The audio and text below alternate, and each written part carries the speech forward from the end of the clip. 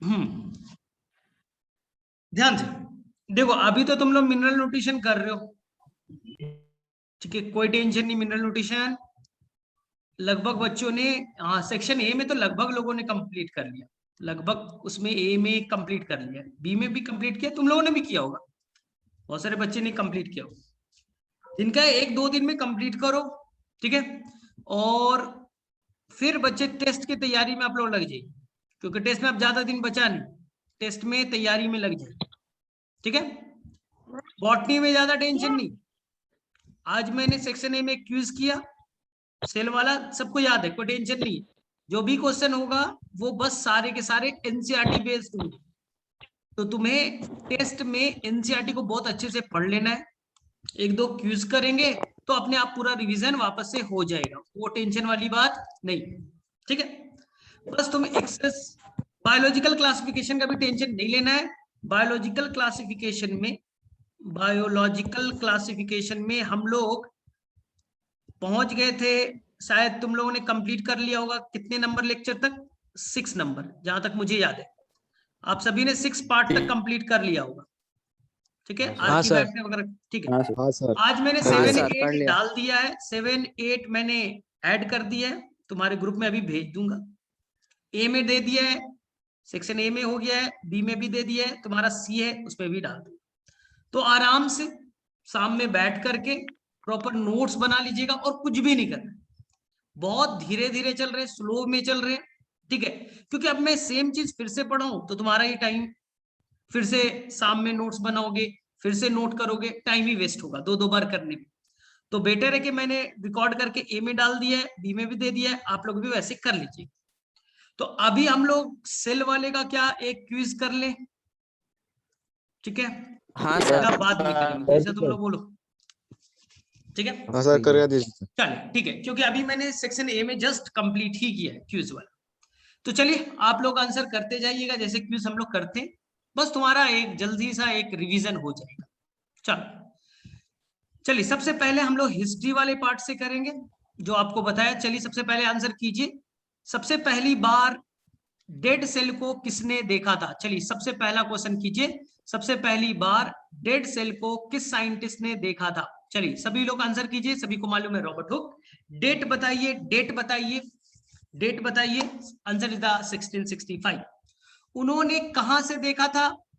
उन्होंने जो dead cell देखा, ठीक है, हनीकॉम लाइक स्ट्रक्चर देखा, उन्होंने कहां से देखा था?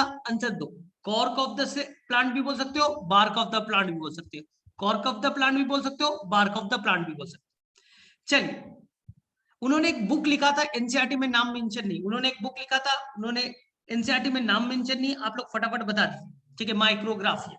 चलिए सेकेंड क्वेश्चन, सबसे पहली बार लिविंग सेल को किसने देखा? शॉर्ट फॉर्म लिख सकते हो, सबसे पहली बार लिविंग सेल को किसने देखा, शॉर्ट फॉर्म चलेगा। सभी बच्चे का आंसर करेक्ट है, एंटोन वॉन ल्यूवेनिक। कब देखा था? डेट बताइए, कब देखा था, डेट बताइए। आंसर इज द 1674, 1674, ठीक है। और उन्होंने स्पेशल नाम दिया था, उन्होंने जो भी ऑर्गेनिज को देखा था उन्होंने स्पेशल नाम दिया था, उस स्पेशल नाम था एनिमल क्यूले, उसका नाम था एनिमल क्यूले। चलिए अब बताइए, फर्स्ट टाइम न्यूक्लियस को किसने देखा था? फर्स्ट टाइम न्यूक्लियस को किसने देखा था? साइंटिस्ट का नाम बताइए। फर्स्ट टाइम न्यूक्लियस को किसने देखा था? Robert Brown. डेट बताइए, ईयर बताइए, ईयर बताइए। 1831, ठीक है। Cell theory was proposed by which scientist? Cell theory को दो साइंटिस्ट ने बताया था, उनका नाम बताइए। सेल थ्योरी को दो साइंटिस्ट ने बताया था, उनका नाम बताइए। एस स्लीडन एंड स्वान, ठीक है, एस फॉर स्लीडन, एस फॉर स्वान, ठीक है। स्लीडन एंड स्वान ने जो थ्योरी बताई, सेल थ्योरी बताई, उसका एक ड्रॉबैक थी, उसमें गलतियां थी। आप बता सकते हो वो क्या चीज एक्सप्लेन नहीं कर पाए? वो क्या चीज एक्सप्लेन नहीं कर पाए? स्लीडन एंड स्वान ने ये एक्सप्लेन नहीं कर पाए, नया सेल का फॉर्मेशन कैसे होगा। चलिए 1855 में एक साइंटिस्ट आते हैं, ठीक है, जिन्होंने बताया कि नया सेल कैसे बनेगा। उन्होंने एक थ्योरी प्रपोज की ना, जिसका नाम था सेल लिनिएज थ्योरी। किसने दिया? सेल लिनिएज थ्योरी किसने दिया? तो सभी बच्चों को मालूम है, Rudolf Virchow. Answer is the Rudolf Virchow, 1855। अपने लैंग्वेज में एक स्टेटमेंट यूज किया, उन्होंने अपने लैंग्वेज में एक स्टेटमेंट यूज किया। बताइए उस लैंग्वेज का नाम क्या था? ओमनी सेलुला ई सेलुला, ओमनी सेलुला ई सेलुला, करेक्ट है। तो सेल थ्योरी स्लीडन एंड स्वान का, सेल लिनिएज थ्योरी को मिला दिया गया, मॉडर्न सेल थ्योरी बना। सेल थ्योरी स्लीडन स्वान का, cell lineage theory Rudolf Virchow का, मिला करके बना मॉडर्न सेल थ्योरी। चलिए नेक्स्ट क्वेश्चन कीजिए। आपके एनसीईआरटी में आरबीसी का साइज गिवन है, क्या आप लोग बता सकते हैं? आपके एनसीईआरटी में आरबीसी रेड ब्लड कार्पसल का साइज दिया है, आपको मालूम है? आंसर इज 7 माइक्रोमीटर, नैनोमीटर नहीं बच्चा, माइक्रोमीटर, 7 माइक्रोमीटर। चलिए ये बताइए दुनिया का सबसे बड़ा सेल कौन सा है? दुनिया का सबसे बड़ा सेल कौन है? लार्जेस्ट सेल कौन सा है? आंसर क्लियर है सभी को? Ostrich egg, ostrich egg. सबसे छोटा सेल कौन सा है? दुनिया का सबसे छोटा सेल, सबसे लिविंग, सबसे smallest living organism on the earth, उसके दो नाम है, माइकोप्लाज्मा भी बोलिएगा, पीपीएलओ भी बोलिएगा। हायर स्टडी में ग्रेजुएशन में जाइएगा तो अलग अलग है, तुम्हारे लेवल पे माइकोप्लाज्मा और पीपीएलओ एक चीज है, माइकोप्लाज्मा पीपीएलओ एक चीज है। क्या आप साइज बता सकते हो टिपिकल बैक्टीरिया का? एनसीईआरटी में मेंशन है साइज ऑफ टिपिकल बैक्टीरिया, एक जो टिपिकल बैक्टीरिया है उसका साइज कितना होगा?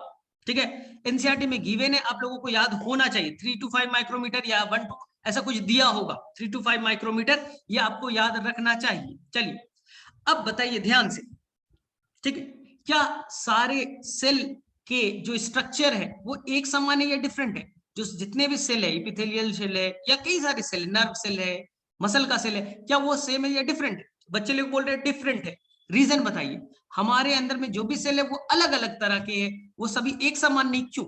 Answer is the different in function, क्योंकि वो काम अलग अलग करते हैं, different in function, depend on function. चलिए नेक्स्ट बताइए, जो प्रोकैरियोट का मेन मेंबर है, प्रोकैरियोट का जो मेन मेंबर है उसका नाम है bacteria.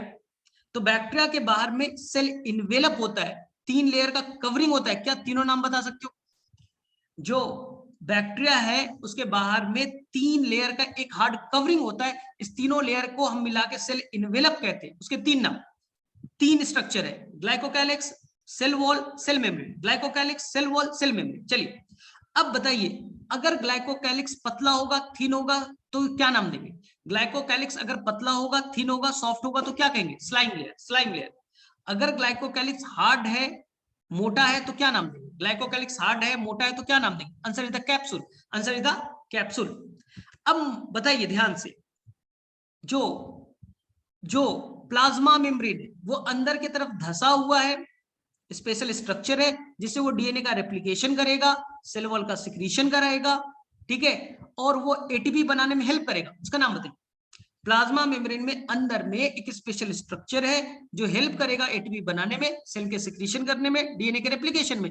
Answer is the mesosome, answer is the mesosome. कुछ स्पेशल बैक्टीरिया में, कुछ स्पेशल बैक्टीरिया यानी कि ब्लू ग्रीन एल्गी या साइनोबैक्टीरिया में एक स्पेशल स्ट्रक्चर है जो फोटोसिंथेसिस में हेल्प करेगा, नाम बताइए। ब्लू ग्रीन एल्गी साइनोबैक्टीरिया में एक स्पेशल स्ट्रक्चर है जिसमें पिगमेंट होगा और वो फोटोसिंथेसिस में हेल्प करेगा, नाम बताइए। Chromatophore, answer is the chromatophore. चलिए ये बताइए जो बैक्टीरिया के अंदर डीएनए है वो नेकेड है या कवर्ड है? बैक्टीरिया के अंदर जो डीएनए है नेकेड है या कवर्ड है? फटाफट, नेकेड है। हिस्टोन प्रोटीन प्रेजेंट है, एब्सेंट है? हिस्टोन प्रोटीन प्रेजेंट है, एब्सेंट है? हिस्टोन नाम का प्रोटीन प्रेजेंट है, एब्सेंट है? एब्सेंट है। डबल स्टैंडर्ड है, सिंगल स्टैंडर्ड है? डीएनए डबल स्टैंडर्ड है, सिंगल स्टैंडर्ड है? डबल स्टैंडर्ड है। सर्कुलर शेप का है, लीनियर शेप का है? सर्कुलर शेप का है, लीनियर शेप का है? आंसर सर्कुलर शेप का, आंसर सर्कुलर शेप का। नंबर 1 है या मोर देन 1 है? नंबर 1 है, मोर देन 1 है? आंसर नंबर 1 है। ध्यान से सुनो, नंबर 1 होगा, शेप सर्कुलर होगा, डबल स्टैंडर्ड होगा, ठीक है, और इसमें हिस्टोन प्रोटीन एब्सेंट होंगे, न्यूक्लियर मेम्ब्रेन एब्सेंट होगा, सभी को याद है। चलिए मेन जीनोमिक डीएनए के अलावा, यानी मेन डीएनए के अलावा भी कुछ डीएनए पाए जाते हैं सर्कुलर शेप के, उनके नाम बताइए। बैक्टीरिया के अंदर में मेन डीएनए के अलावा कुछ और भी डीएनए पाए जाते हैं जो प्लाज्मिड कहलाते हैं। मुझे बताइए प्लाज्मिड वाला जो डीएनए सर्कुलर शेप का है, लीनियर शेप का है? प्लाज्मिड का डीएनए सर्कुलर शेप का है, लीनियर शेप का है? सर्कुलर है। Double standard, single standard? आप एक काम बता सकते हैं क्या? प्लाज्मिड का मैंने कई सारे काम बताए, आपको बस एक काम बताना है कि प्लाज्मिड आखिर करता क्या है।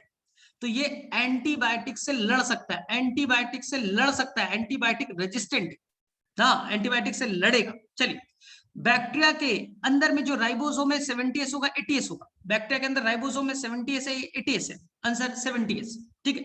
बैक्टीरिया के अंदर स्टोरेज एक स्ट्रक्चर है खाना को स्टोर करने के लिए, नाम बताइए। बैक्टीरिया के अंदर में एक स्पेशल सेल ऑर्गेनल है जो खाने को स्टोर करके रखता है, नाम है इंक्लूजन बॉडीज। कुछ बैक्टीरिया तैरने के लिए अपने आप को हल्का बना लेते जिससे वो फ्लोट कर सके। सभी बैक्टीरिया में नहीं, केवल फोटोसिंथेसिस करेगा वही पाया जाएगा जिससे वो हल्का बन सके। नाम बताइए। Gas vacuole, gas vacuole. फिर से बताइए, जो आरएनए, आरएनए उस पर ढेर सारे राइबोसोम एक साथ जुटे रहते हैं, उसके तीन तीन नाम है। जो एमआरएनए उसे एक साथ कई सारे राइबोसोम जुटे रहते हैं, उसे स्पेशल एक नाम कहते हैं। पॉलीराइबोसोम, पॉलीसोम, अर्गोसोम, पॉलीराइबोसोम, पॉलीसोम, अर्गोसोम, याद रहेगा। चलिए अब यहां बताइएगा, बैक्टीरिया चलने के लिए फ्लैजला बनाता है। फ्लैजला के तीन पार्ट है। फ्लैजला चलने के लिए, बैक्टीरिया चलने के लिए फ्लैजला बनाता है, उसके तीन कंपोनेंट है, नाम याद है। Hook, filament, basal body. Hook, filament, basal body, ठीक है।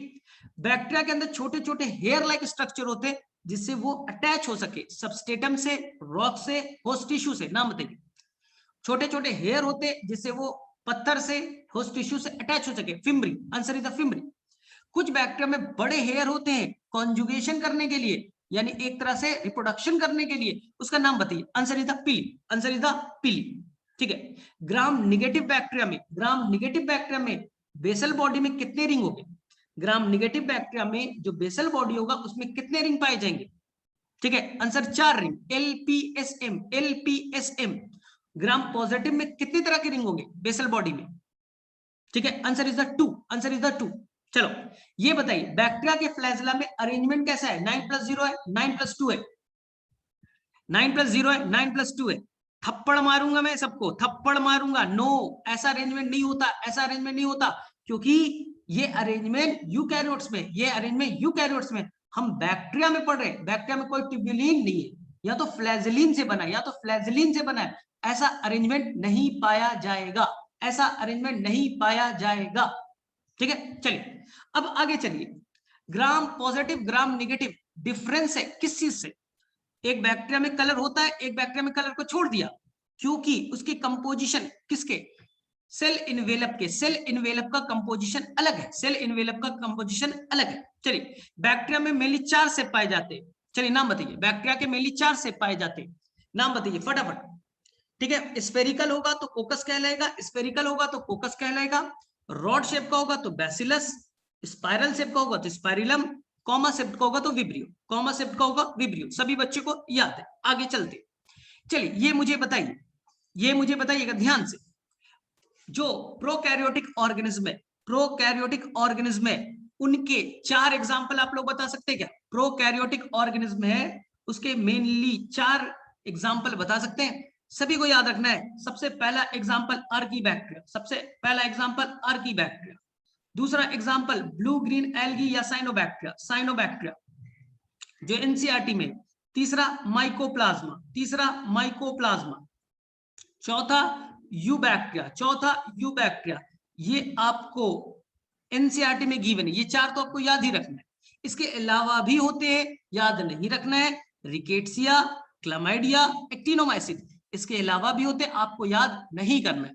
आपको मेनली 4 याद रखना है, आर्कीबैक्टीरिया, साइनोबैक्टीरिया, माइकोप्लाज्मा, यूबैक्टीरिया। चलिए अब बताइए, यूकैरियोट्स में, यूकैरियोट्स में 4 सेल ऑर्गेनल आपस में मिल करके काम करते हैं, इंडो मेम्ब्रेन सिस्टम होते हैं। चारों का नाम बताइए। यूकैरियोट्स में 4 सेल ऑर्गेनल होते हैं, आपस में मिल करके काम करते हैं, सिंगल मेम्ब्रेन बॉन्ड होते हैं, इंडो मेम्ब्रेन सिस्टम कहलाता है। चारों का नाम बताइए। ER-GB lysosome vacuole, ER-GB lysosome vacuole. चलिए ये मुझे बताइए, इंडोप्लाज्मिक रेटिकुलम इंट्रासेलुलर स्पेस को 2 पार्ट्स में डिवाइड करता है। सेल के अंदर का खाली जगह इंट्रासेलुलर स्पेस, इंडोप्लाज्मिक रेटिकुलम उसे 2 पार्ट्स में डिवाइड करता है। नाम बताइए। Luminal space, extra luminal space, luminal and extra luminal space में डिवाइड करता है। मुझे बताइए, आखिर ऐसा कौन सा चीज मौजूद है जिससे कि राइबोसोम रफ वाले में अटैच हो जाता है, स्मूथ वाले में राइबोसोम अटैच नहीं हो पाता? आखिर कोई स्पेशल प्रोटीन है? ऐसा कौन सा स्पेशल प्रोटीन है जिसके चलते रफ वाले में राइबोसोम अटैच हो जाता है, राइबोफोरिन, और स्मूथ वाले में वो एब्सेंट रहता है? चलिए मुझे ध्यान से बताइएगा। 4 फंक्शन ऑफ एसीआर हमें मालूम है, हमें मालूम है, आपको आता है, लेकिन आप आराम से टाइप कीजिए। 4 फंक्शन ऑफ एसईआर। पहला आराम से टाइप कीजिए, आपको बताया था स्टेरॉइड या लिपिड बनाना, स्टेरॉइड या लिपिड बनाना पहला काम। दूसरा काम मैंने आपको बताया था कैल्शियम को स्टोर करके रखेगा, मसल कॉन्ट्रैक्शन में, मसल के मूवमेंट में काम करेगा। तीसरा बताया था डिटॉक्सिफिकेशन में, तीसरा बताया था डिटॉक्सिफिकेशन में। चौथा मैंने आपको बताया था ग्लाइकोजन मेटाबॉलिज्म, ग्लाइकोजन को तोड़ना, ग्लाइकोजन को बनाना, स्फेरोसोम नाम का सेल ऑर्गेनल बनाना। तो मैंने आपको 5 बता दिए, याद है? लिपिड और स्टेरॉइड बनाएगा पहला काम, डिटॉक्सिफिकेशन करेगा, कैल्शियम को स्टोर करेगा, मसल के मूवमेंट में हेल्प करेगा, ग्लाइकोजन का मेटाबॉलिज्म कराएगा और स्फेरोसोम नाम का सेल ऑर्गेनल तैयार करेगा। चलिए बताइए, ग्लाइकोसाइलेशन स्टार्ट कहां होता है, एंड कहां होता है? ग्लाइकोसाइलेशन स्टार्ट कहां होता है, एंड कहां होता है? फटाफट, ग्लाइकोसाइलेशन स्टार्ट कहां होता है, एंड कहां होता है? प्रोटीन में कार्बोहाइड्रेट का जुड़ना ग्लाइकोसाइलेशन स्टार्ट होगा आरईआर में, स्टार्ट होगा आरईआर में, एंड होगा एसीआर में, एंड होगा गोल्जी बॉडी में, एंड होगा गोल्जी बॉडी में। करेक्ट, सभी को याद है। चलो नेक्स्ट बताओ, इंडोप्लाज्मिक रेटिकुलम के, इंडोप्लाज्मिक रेटिकुलम मेनली 2 पार्ट से बना है, कौन कौन सा? इंडोप्लाज्मिक रेटिकुलम मेनली 2 पार्ट से बना है, किसी को याद है? नहीं, इंडोप्लाज्मिक रेटिकुलम के कंपोनेंट पूछ रहा हूं, cisternae and tubules, cisternae and tubules, ठीक है, cisternae and tubules. Endoplasmic reticulum 2 तरह के होते हैं, आरईआर से, वो किससे बने हैं?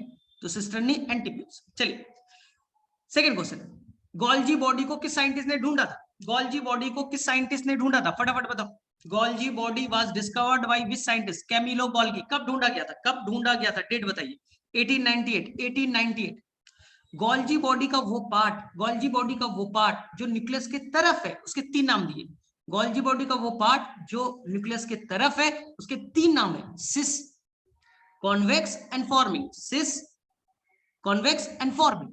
इसी तरह से गोल्जी बॉडी का वो पार्ट जो न्यूक्लियस के दूर है, जो न्यूक्लियस के दूर है और वो प्लाज्मा मेम्ब्रेन की तरफ है, उसके 3 नाम, ट्रांस होगा, मैच्योरिंग होगा, ट्रांस होगा, मैच्योरिंग होगा, कॉन्केव होगा, ट्रांस होगा, मैच्योरिंग होगा, कॉन्केव होगा। चलिए, गोल्जी बॉडी 3 पार्ट से बना है, गोल्जी बॉडी मेनली 3 पार्ट से बना है, नाम बताइए। गोल्जी बॉडी मेनली 3 पार्ट से बना है, cisternae, tubules and vesicle, cisternae, tubules and vesicle, cisternae, tubules and vesicle. चलिए एनसीईआरटी के अकॉर्डिंग, एनसीईआरटी के अकॉर्डिंग गोल्जी बॉडी के 3 काम बताइए जो एनसीईआरटी में मेंशन हो। एनसीईआरटी में 3 काम मेंशन है गोल्जी बॉडी के, आप बताइए फटाफट फटाफट। पहला packaging, modification, packaging, secretion, modification, packaging, secretion, सभी को याद। अब मुझे 3 ऐसे फंक्शन बताइए जो एनसीईआरटी में नहीं, 3 ऐसे फंक्शन बताइए जो एनसीईआरटी में नहीं ना। स्पर्म का टिप बनाना, एक्रोसोम, सेल वॉल का मटेरियल बनाना, दूसरा लाइसोसोम बनाना, सेल प्लेट बनाना, लाइसोसोम बनाना, सेल प्लेट बनाना, ये याद, ठीक है। अब बताइए जर्नल कॉम्प्लेक्स क्या है, जर्नल कॉम्प्लेक्स क्या है? तो sir formation of lysosome with the help of Golgi body and endoplasmic reticulum. Plant के अंदर में गोल्जी बॉडी का स्पेशल नाम है, बता सकते हैं क्या? प्लांट के अंदर में गोल्जी बॉडी का स्पेशल नाम है, नाम बताइए। डिक्टियोसोम। किसके अंदर ज्यादा वेल डेवलप गोल्जी बॉडी होगा? Plant animal, plant animal, Golgi body किसके अंदर ज्यादा वेल डेवलप्ड होगा? प्लांट या एनिमल? एनिमल के अंदर होगा, एनिमल के अंदर होगा, क्योंकि सिक्रीशन एनिमल में ज्यादा होता है, ठीक है। चलिए अब नेक्स्ट बताइएगा, मैंने आपको बताया था लाइसोसोम, लाइसोसोम के अंदर जो एंजाइम है वो किस कंडीशन पे काम करना पसंद करेंगे? Acidic, basic, neutral. लाइसोसोम के अंदर जो एंजाइम है किस कंडीशन पे काम करना पसंद करेंगे? Acidic, basic, neutral. Answer acidic, answer acidic, ठीक है। मैंने पीएच भी बताया था, पीएच एक स्मार्ट बच्चा लिख दिया 5, पीएच 5 होना चाहिए। नेचर वाइज ये कैसे है, ये नेचर वाइज कैसे है, ये एंजाइम कैसे नेचर के, एसिडिक नेचर पे तो काम करते हैं, नेचर वाइज कैसे है? तो ये है बच्चा हाइड्रोलिटिक एंजाइम, हाइड्रोलिटिक, पानी के हेल्प से तोड़ेंगे, ठीक है। अब बताइए कौन सा सेल ऑर्गेनेल है जो अपना रूप चेंज कर सकता है, अपना स्ट्रक्चर चेंज कर सकता है, पॉलीमॉर्फिज्म करेगा, पॉलीमॉर्फिज्म करेगा? Answer lysosome, answer lysosome. हमारे सेल में कौन है जिसका नाम है, जिसका नाम है traffic police of the cell, traffic police of the cell, ठीक है, गोल्जी बॉडी।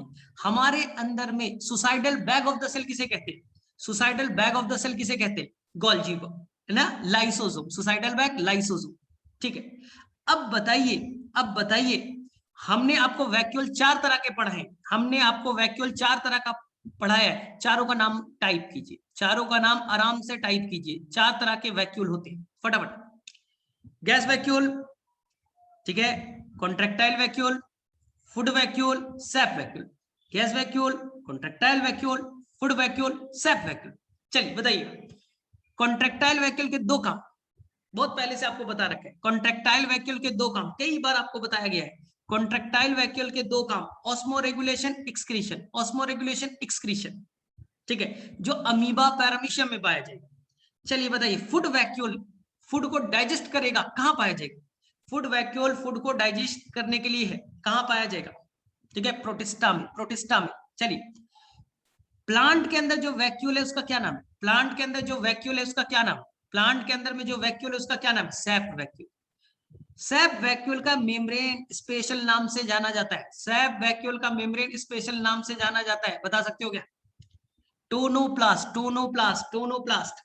इनके अंदर में एक पिगमेंट है, फोटोसिंथेसिस नहीं करेगा, कलर देने का काम है, वाटर सॉल्युबल है, नाम बता सकते हो? एक पिगमेंट होता है, वाटर सॉल्युबल है, फोटोसिंथेसिस नहीं करेगा, कलर देने का काम है, एंथोसाइन, एंथोसाइन। ठीक है, अब बताओ, प्लांट के अंदर में waste material, excess material, stored house कौन है? प्लांट का डस्टबिन, प्लांट का स्टोर हाउस, प्लांट का स्टोर्ड हाउस कौन है? तो answer is the vacuole, answer is the vacuole. अगर क्वेश्चन में कुछ ना लिखा रहे, अगर क्वेश्चन में कुछ ना लिखा रहे, आपको मान के चलना है वो सैप वैक्यूल बोल रहा है। अगर क्वेश्चन में कुछ ना लिखा रहे, आपको मान के चलना है सैप वैक्यूल। ठीक है, अगर एनिमल में है तो ये क्या होगा? छोटे होंगे, लेस डेवलप्ड होगा, प्लांट में वेल डेवलप होगा। सैप वैक्यूल अप टू कितने % साइज को एक्यूपाई कर सकता है? एक मैच्योर प्लांट सेल के अंदर में ये कितने % एरिया को एक्यूपाई कर सकता है? Answer is up to 90%, up to 90% area को ये एक्यूपाई कर सकता है। सभी को याद है, कोई गड़बड़ नहीं करेगा। चलिए, अब बताइए ध्यान से, ठीक है, 3 ऐसे सेल ऑर्गन का नाम बताइए जो जो इंडो मेम्ब्रेन सिस्टम के पार्ट नहीं है। 3 ऐसे सेल ऑर्गन का नाम बताइए जो इंडो मेम्ब्रेन सिस्टम के पार्ट नहीं है, फटाफट।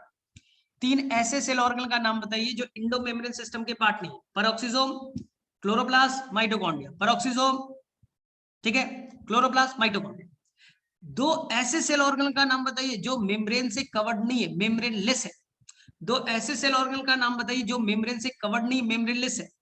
ठीक है, तो answer is the ribosome, answer is the centriole और सेंट्रोसोम, सेंट्रियोल और सेंट्रोसोम, राइबोसोम, सेंट्रियोल या सेंट्रोसोम। कौन ऐसा सेल ऑर्गन है जिसे काटिएगा तो वो काट व्हील लाइक स्ट्रक्चर दिखेगा, बैलगाड़ी के चक्के की तरह? कौन ऐसा स्ट्रक्चर है जिसे आप काटिएगा तो काट व्हील लाइक स्ट्रक्चर दिखेगा? एक बोल रहा है सीलिया, अरे भाई सीलिया नहीं, सेंट्रियोल या सेंट्रोसोम को काटोगे तो अंदर से काट व्हील लाइक बैलगाड़ी के चक्के की तरह दिखेगा।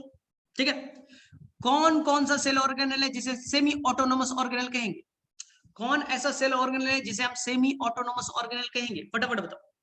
Mitochondria and plastid, mitochondria and plastid, ध्यान से बताओ। माइटोकॉन्ड्रिया और प्लास्टिड में राइबोसोम कैसा होगा? 70s, 80s या बोथ? माइटोकॉन्ड्रिया प्लास्टिड में राइबोसोम कैसा होगा? 70s, 80s, both? थप्पड़ मारूंगा, बोथ। केवल 70s होगा, केवल 70s होगा। क्वेश्चन फिर से सुनो, यूकैरियोट्स में राइबोसोम कैसे होंगे? 70s, 80s, both? अब आंसर करो, यूकैरियोट्स में राइबोसोम कैसा होगा? 70s, 80s, both? Answer both.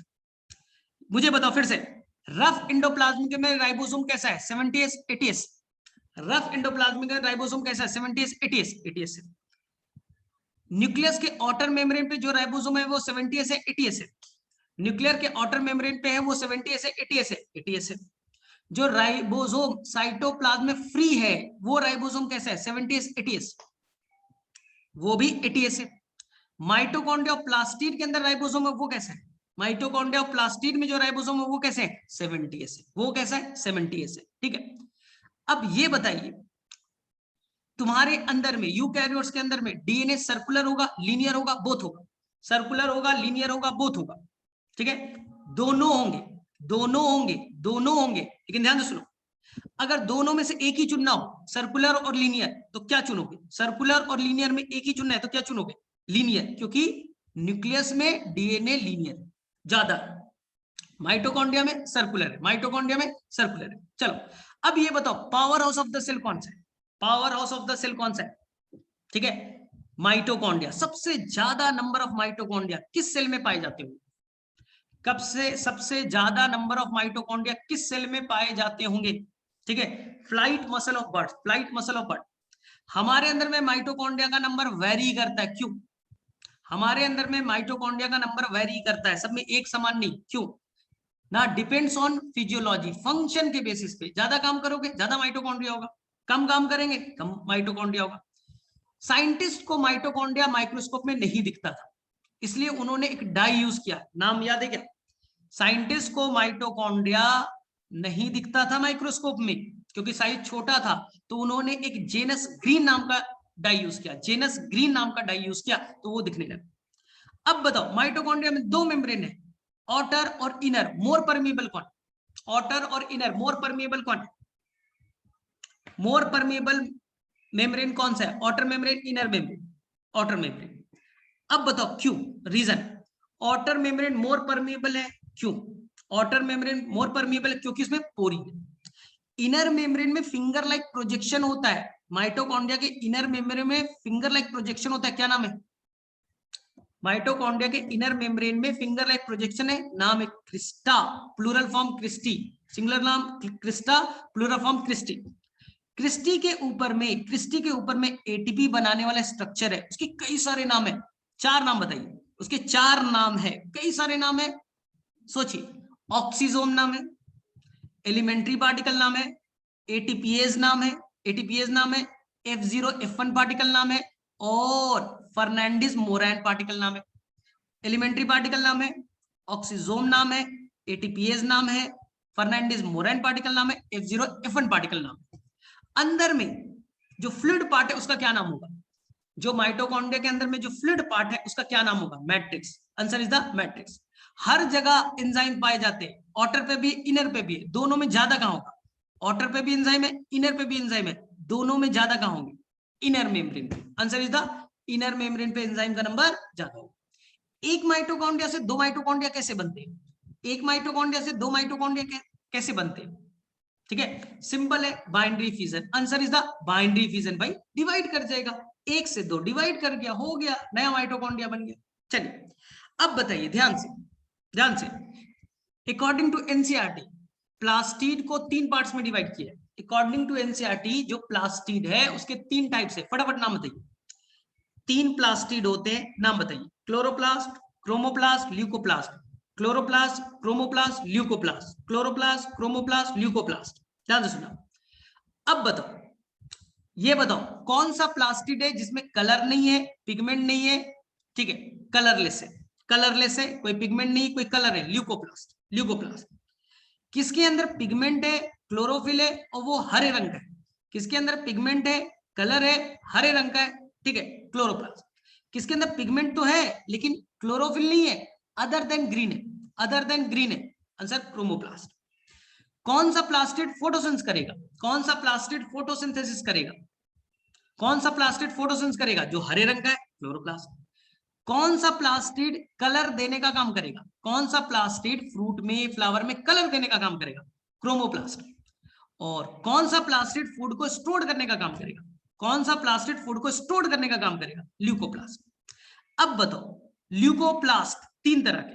अगर स्टार्च को स्टोर करेगा तो क्या नाम देंगे? स्टार्च को स्टोर करेगा तो क्या नाम देंगे? Amyloplast, amyloplast. अगर प्रोटीन को करेगा तो क्या करेंगे? अगर प्रोटीन को स्टोर करेगा तो क्या नाम देंगे? Aleuroplast, aleuroplast. और अगर फैट्स को करेगा तो क्या नाम देंगे? अगर फैट्स को करेगा तो क्या नाम देंगे? इलायोप्लास्ट। फैट्स को करेगा तो क्या नाम देंगे? इलायोप्लास्ट। क्लियर? ठीक है। अब बताओ, तुम नेमिंग करना, ये बताओ ये क्या नाम देंगे? ये कौन सा मेम्ब्रेन है? ब्लू वाला कौन सा मेम्ब्रेन है? अंदर के फ्लूइड को क्या कहेंगे? अंदर के फ्लूइड को क्या कहते हैं? अंदर के फ्लूइड को क्या कहेंगे? चलिए, अंदर के फ्लूइड का नाम क्या है बोलिए? स्टोमा। उसमें ऐसा एक स्ट्रक्चर है, क्या नाम है? थैलेकोइड। ग्रुप ऑफ थैलेकोइड का क्या नाम होता है? ग्रुप ऑफ थैलेकोइड का क्या नाम है? Granum, granum. अब बताइए, दो ग्रेनम आपस में जुड़े विद द हेल्प ऑफ, दो ग्रेनम आपस में जुड़े, इसका नाम बताइए, व्हाइट वाले का, व्हाइट वाले का नाम बताइए जिससे दो जुड़े, बोलिए। Stroma lamellae. प्लांट के अंदर में एक ऐसा सेल बताइए जो लीफ में होता है, जिसके अंदर क्लोरोप्लास्ट है, फोटोसिंथेसिस करता है। प्लांट के अंदर स्पेशल सेल है लीफ के अंदर, उसके अंदर क्लोरोप्लास्ट है, वो फोटोसिंथेसिस करता है, मीजोफिल। मीजोफिल ठीक। क्लामाइडोमोनस के अंदर एक ही क्लोरोप्लास्ट है, क्लामाइडोमोनस मूंछों वाला एक ही क्लोरोप्लास्ट है। कैसा शेप का है, कोई बच्चा बता सकता है क्या? क्लामाइडोमोनस के अंदर एक ही क्लोरोप्लास्ट है, कप शेप्ड, कप शेप्ड का। ठीक है, ठीक है। हायर प्लांट में क्लोरोप्लास्ट के कई सारे शेप हो सकते हैं, कुछ नाम याद है? हायर प्लांट में क्लोरोप्लास्ट के कई सारे शेप है, डिस्क शेप्ड है, रेटिकुलेट है, ठीक है, कई सारे हैं, स्फेरिकल है। मोस्ट कॉमन कौन है? Lens shape. क्या आप एनसीईआरटी में जो क्लोरोप्लास्ट गिवन है उसका डायमीटर बता सकते हैं, साइज बता सकते हैं, लंबाई चौड़ाई बता सकते हैं क्या? कोई बच्चा बता सकता है? एनीवन? जो स्मार्ट बच्चा है उसी को याद होगा, ठीक है, जो स्मार्ट बच्चा उसी को याद होगा। चौड़ाई कितनी है, लंबाई कितनी है, ठीक है, कुछ याद है किसी को? एनीवन? 5 to 10, ठीक है, ये 5 to 10 माइक्रोमीटर, डबल कर देना, 5 का 10 हो गया, और 2 to 4 माइक्रोमीटर, ठीक है, ये याद रखना था। चलिए आगे चलते। अब बताइए ध्यान से, ध्यान से, माइक्रो बॉडीज, आपने बोला माइक्रो बॉडीज 3 तरह के, किसी को याद है माइक्रो बॉडीज 3 तरह के हैं? इसका बस नाम बताना है और कोई काम नहीं बताना है।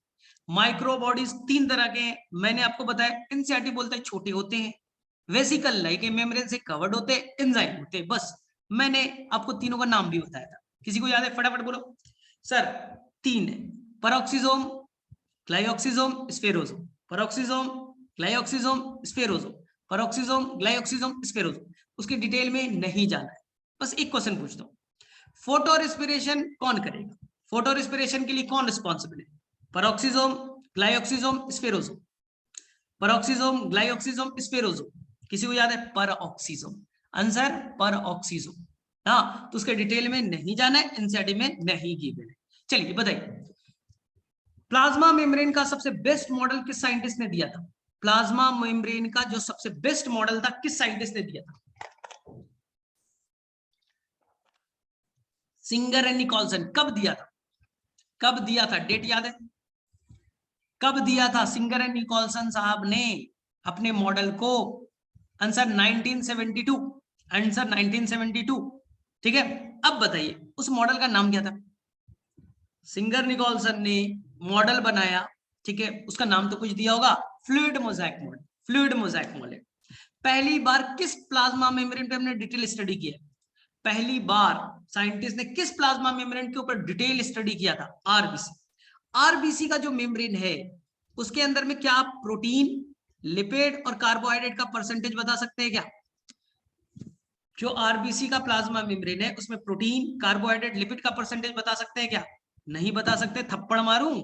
52% protein, 40% lipid, 8% carbohydrate. 52% protein, 40% lipid, 8% carbohydrate. ये एनसीईआरटी में लिखा है, याद रखना है।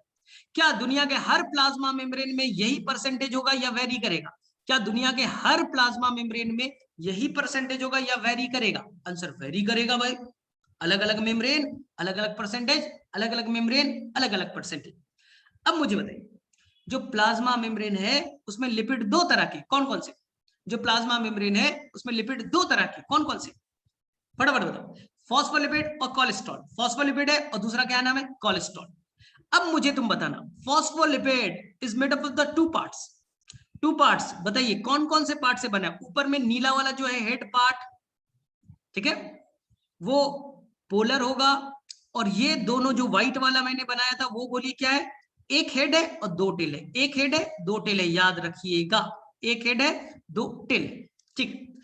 अब बताइए, जो प्रोटीन है 2 तरह, लूजली बॉन्ड, टाइटली बॉन्ड, ठीक है, आसानी से निकल जाएगा तो उसे कौन सा प्रोटीन कहेंगे? और जो टाइटली बॉन्ड है वो आसानी से नहीं निकलेगा, उसे कौन सा प्रोटीन कहेंगे? जो प्रोटीन है वो 2 तरह के, लूजली बॉन्ड आसानी से निकलेगा, पेरिफेरल और एक्सटेंसिक। जो टाइटली बॉन्ड है आसानी से नहीं निकलेगा उसे कहेंगे इंटीग्रल और इंट्रिंसिक। इंटीग्रल और इंट्रिंसिक, याद हो जाएगा। चलिए अब मैं जो बोलूंगा ध्यान से सुनना। हमारा प्लाज्मा मेम्ब्रेन सेमी परमिएबल है, सेलेक्टिवली परमिएबल है? हमारा प्लाज्मा मेम्ब्रेन सेमी परमिएबल है, selectively permeable? Selectively permeable. Answer is selectively permeable. मैं 3 वर्ड यूज करूंगा, ध्यान से बताना। एक सब्सटेंस है वो नॉन पोलर है, कोई चार्ज नहीं, कोई चार्ज नहीं, हाँ, वो डायरेक्टली बिना कैरियर प्रोटीन के हेल्प से, बिना कैरियर प्रोटीन के हेल्प से ज्यादा से कम की तरफ जाता है, ज्यादा से कम की तरफ जाता है। ज्यादा से कम गया, कोई चार्ज नहीं है, कोई कैरियर प्रोटीन नहीं, कोई एटीपी नहीं चाहिए, कौन सा ट्रांसपोर्ट कहलाएगा? कौन सा ट्रांसपोर्ट कहलाएगा? फैसिलिटेटेड, एक्टिव या डिफ्यूजन? फैसिलिटेटेड, एक्टिव या diffusion? Answer is the diffusion, answer is the diffusion. क्या मैंने बोला? कोई चार्ज नहीं है, ज्यादा से कम जाएगा, कोई कैरियर प्रोटीन नहीं चाहिए, कोई एटीपी नहीं चाहिए ना, तो हो गया सिंपल डिफ्यूजन। चलो फिर से बोलो, ज्यादा से कम जाएगा, पोलर है, चार्ज है, कैरियर प्रोटीन के हेल्प से जाएगा, क्या कहलेगा? ज्यादा से कम जा रहा है, चार्ज है, कैरियर प्रोटीन के हेल्प से जा रहा है, लेकिन एटीपी नहीं चाहिए, एटीपी नहीं चाहिए। अरे भाई साहब, अरे ज्यादा से कम जा रहा है, ज्यादा से कम जा रहा है, कोई कैरियर प्रोटीन चाहिए, कोई एटीपी नहीं चाहिए, तो हो गया फैसिलिटेटेड, हो गया फैसिलिटेटेड। सब कहां कर रहे हैं तुम लोग? फिर से बोलो, कम से ज्यादा जा रहा है, कम से ज्यादा जा रहा है, एटीपी चाहिए, कम से ज्यादा जा रहा है, एटीपी चाहिए, कैरियर प्रोटीन चाहिए। अब बताओ, कम से ज्यादा की तरफ जा रहा है, ठीक है, कैरियर प्रोटीन चाहिए, एटीपी चाहिए, अब कहलाएगा एक्टिव ट्रांसपोर्ट। ठीक है, तुम्हारे एनसीईआरटी में एक्टिव ट्रांसपोर्ट के एक ही एग्जांपल है, नाम बताइए। आपके एनसीईआरटी में एक्टिव ट्रांसपोर्ट के एक ही एग्जांपल है, नाम बताइए। पंप है, कौन सा पंप है? Sodium potassium pump, sodium potassium pump, एक ही तो नाम दिया है, एक ही तो नाम दिया, क्यों कंफ्यूज होते हैं? कोई कंफ्यूजन नहीं, सोडियम पोटेशियम पंप। ठीक है, क्लियर है, कोई गड़बड़ नहीं करोगे। फिर से बोल रहा हूं, हमारा प्लाज्मा मेम्ब्रेन सिलेक्टिवली परमेबल, केवल सिलेक्टेड सब्सटेंस जाएगा, केवल सिलेक्टेड सब्सटेंस जाएगा, सिलेक्टिवली परमेबल। ट्रांसपोर्ट तीन तरह के, ज्यादा से कम, ज्यादा से कम बिना कैरियर प्रोटीन का, सिंपल डिफ्यूजन। ज्यादा से कम कैरियर प्रोटीन की हेल्प से, लेकिन एनर्जी नहीं चाहिए, फैसिलिटेटेड। कम से ज्यादा, कम से ज्यादा चाहिए, जा रहा है, कैरियर प्रोटीन चाहिए और एटीपी की हेल्प से जाएगा, तो कहलाएगा एक्टिव ट्रांसपोर्ट। बस इतना ही तो याद रखना है, इसमें टेंशन वाली कौन सी बात है भाई? चलो अब बताओ ध्यान से, ठीक है, यहां तक सभी क्लियर है, कोई गड़बड़ नहीं करो। ये बताओ, Monera, protista, fungi, Plantae, animalia, Monera का सेल वॉल किस केमिकल से बने? मोनेरा के अंदर में जो सेल वॉल है वो किस केमिकल से बने? उसके कई सारे मैंने आपको नाम बताए। मोनेरा के अंदर जो सेल वॉल है वो किस केमिकल से बना है? म्यूरिन, इसी का नाम पेप्टिडोग्लाइकेन है, पेप्टिडोग्लाइकेन है, नॉन सेलुलोजिक है। ठीक है, एक ऐसे मोनेरा किंगडम का मेंबर बताइए जिसके अंदर में सेल वॉल एब्सेंट है। मोनेरा किंगडम के अंदर में एक ऐसे ऑर्गेनिल्स का नाम बताइए जिसके अंदर सेल वॉल एब्सेंट है। Answer mycoplasma, answer mycoplasma. Protista के अंदर अगर सेल वॉल होगा तो किस केमिकल का बना होगा? प्रोटिस्टा के अंदर में अगर सेल वॉल होगा तो किस केमिकल का बना होगा? Answer is the cellulose, answer is the cellulose. चलिए, फंगस के अंदर सेल वॉल किस केमिकल का बना होगा? फंगस के अंदर में सेल वॉल किस केमिकल का बना होगा? Chitin, chitin. ठीक है, प्लांट के अंदर सेल वॉल किस केमिकल का बना होगा? प्लांट के अंदर केमिकल किस से बना होगा? प्लांट के अंदर सेलुलोज। एनिमल के अंदर सेल वॉल किस केमिकल का बना होगा? एनिमल के अंदर सेल वॉल किस केमिकल का बना होगा? आंसर लड्डू, आंसर लड्डू, जीरो, सेल वॉल नहीं। तो क्या फिर इसे बाद में क्लास कंटिन्यू करना है? यस नो बोलो फटाफट, ये सैचुरेट हो गए क्योंकि अभी द एंड लगने वाला है, फटाफट बताओ। ठीक है, नो तो बाकी हम लोग आगे बाद में करेंगे। तो आज जाके 7 नंबर और 8 नंबर बायोलॉजिकल क्लासिफिकेशन का कंप्लीट कीजिए। कौन कौन? 7 नंबर, 8 नंबर, 2 लेक्चर